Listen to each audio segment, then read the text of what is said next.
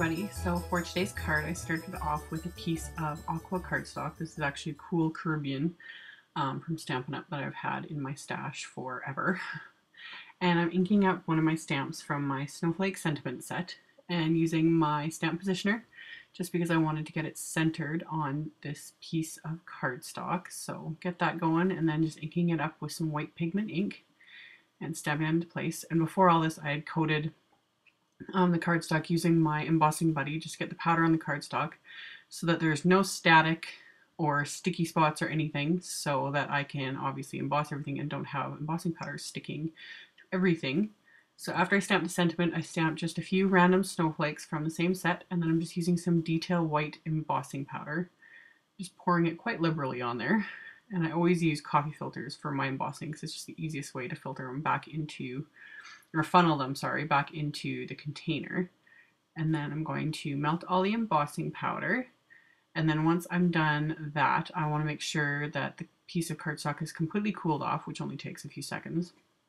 And then I'm going to use my embossing buddy again and liberally cover everything because I don't want any more embossing powder to stick to anything I've stamped and embossed or any other, random spots on the cardstock. And then I'm inking up some more of the snowflake stamps, again with the white pigment ink, and just stamping them into some of the open areas of the cardstock. And once I've got that the way I want it, I'm going to use, this is the Angel Wings Mauve embossing powder from Lindy's Stamp Gang that I had shown in a review video quite some time ago, but I've been wanting to use it ever since. It's so pretty. So yeah, just poured that over the new snowflakes that I just stamped. Then I'm going to heat that up and melt everything. This stuff melts really well. I'd said that in the review video, I think, too. It's just, I don't know, I really like it. It's so really, really pretty. And this one, it's got kind of a dual tone. If it's on darker cardstocks, it looks a lot more purple. But on lighter cardstocks, it looks almost clear. And then you can see when the light hits it, it's got that kind of mauve tone. Really pretty. So I originally had meant to do just a one-layer card for this, but when you're doing a lot of embossing on a card, it warps the cardstock quite a bit.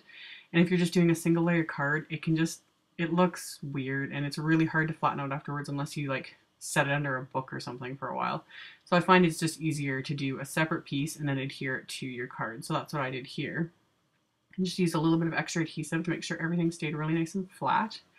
And then for the inside of the card, I just cut a smaller piece of white cardstock and then cleaned off my largest snowflake stamp really well. I always use just baby wipes. I get them from Costco, the Kirkland brand. I've had people asking about that lately.